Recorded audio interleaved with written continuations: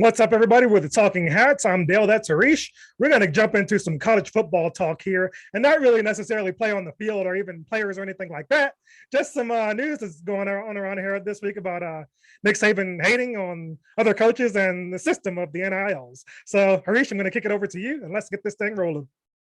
I was so it's funny because it's one of those things where you're like thinking to yourself, well, you're not the top person anymore since the floodgates were open now. But he can't accuse another coach of buying players. That's a very huge allegation to make. That's a slander or defamation or libel or something. Both. It's defamation. It's slander. It's a lot of, because you're not just going after a coach. You're going after an entire university. And he went after. Did you see he went after Deion too? Yeah, he did. He did. And I was like, you're okay with Deion. You're picking the wrong fight. Okay, because Deion will definitely gonna back down. That's for darn sure.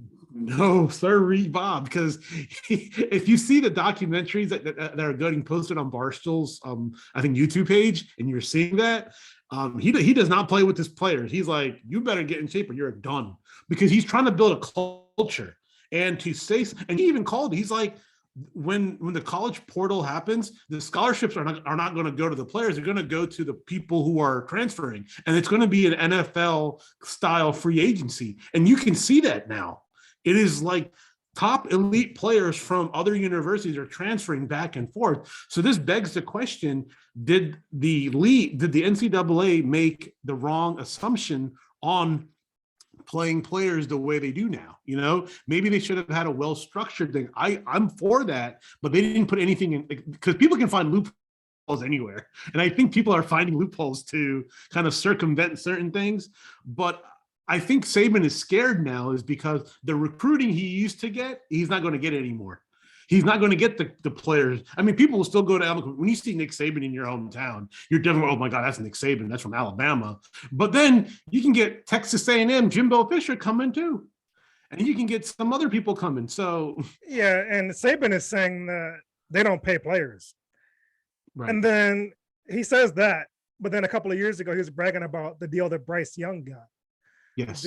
So, I mean, he's trying to have it both ways. He's trying to have his cake and eat it too. He's trying to say, I'm doing it clean and all the other guys are cheating.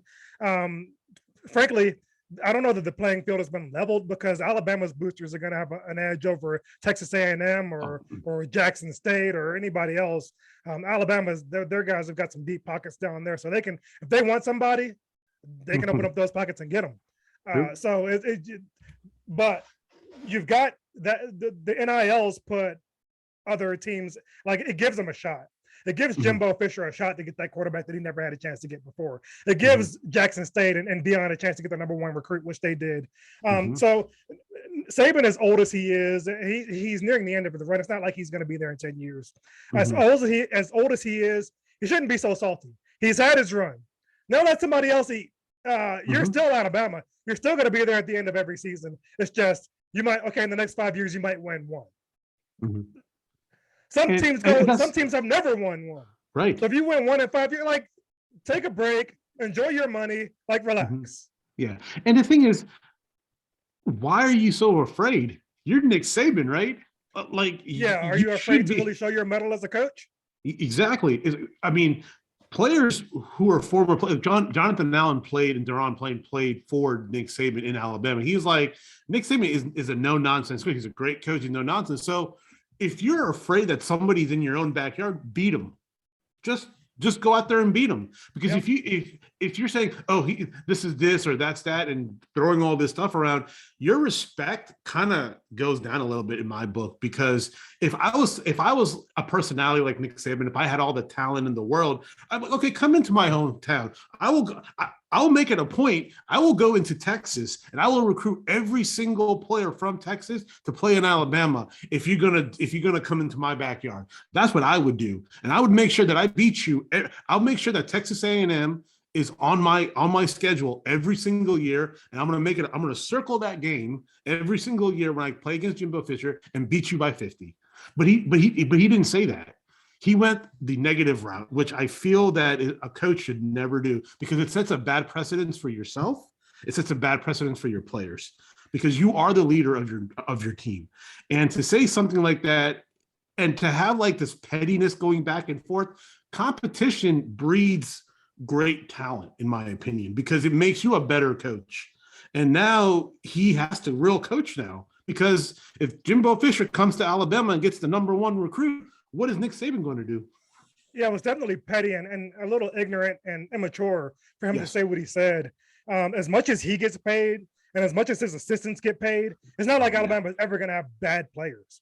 You've got great players there still. You might not have the best, but you've still got great players there. With the money you're making and the money your staff is making, they should be able to coach up great players to beat, the best.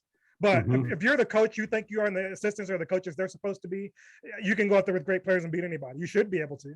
Otherwise, why are you getting paid this kind of money just to recruit? Because that's not going to work anymore. It's the playing field is not level, but the other guys have a shot now. Right.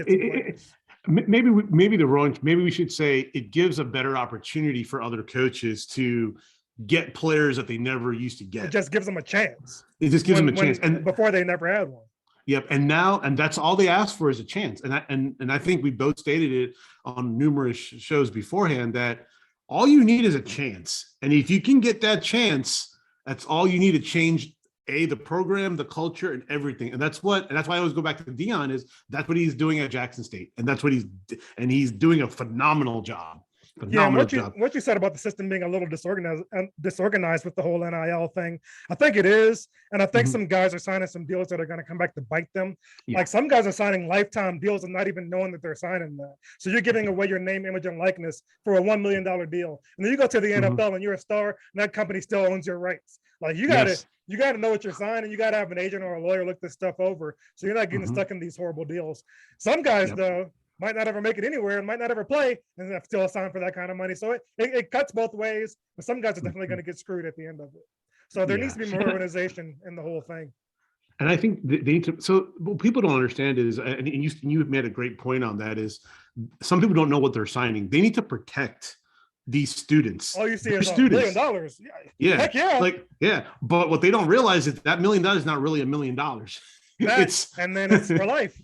And it's for life. So you're not going to get the full $1 million, and they need to protect these kids. They are kids. They're 18, 19, 20-year-old kids. That. They care about the bottom line. That's all college football has always cared about. And that's where the gripes are coming from. That's where guys like Saban are getting salty, because they were the only ones making the money. And now the pot is getting spread a little bit. So they see what guys like him and Dabo Sweeney, who really, like, Saban hates it. Sweeney really hates it. Like he hates it, like where he would give his life to stop it. He hates it that much.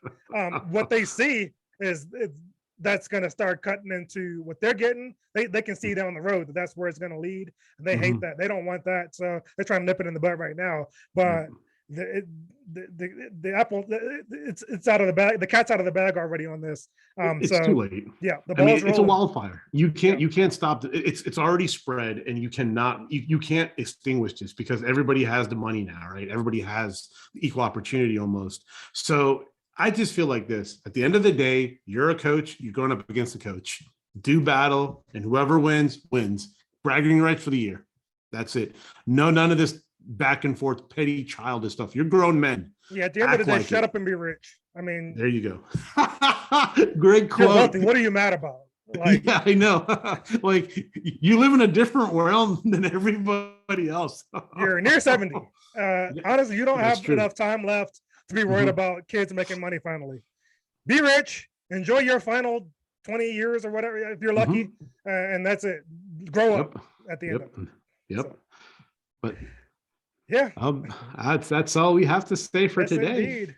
Yes, indeed. Like, follow, subscribe, support, spread the word, help us grow, we'll help you grow. Any shout outs, hit us up on Twitter. We're the Talking Hats on Twitter. And if you want to come on the show ever, just let us know. Hit us up in the DMs. Come on and talk. We'll talk about anything. Doesn't even have to be sports related. You just want to vent? We've got time for you. Come on, help us grow here.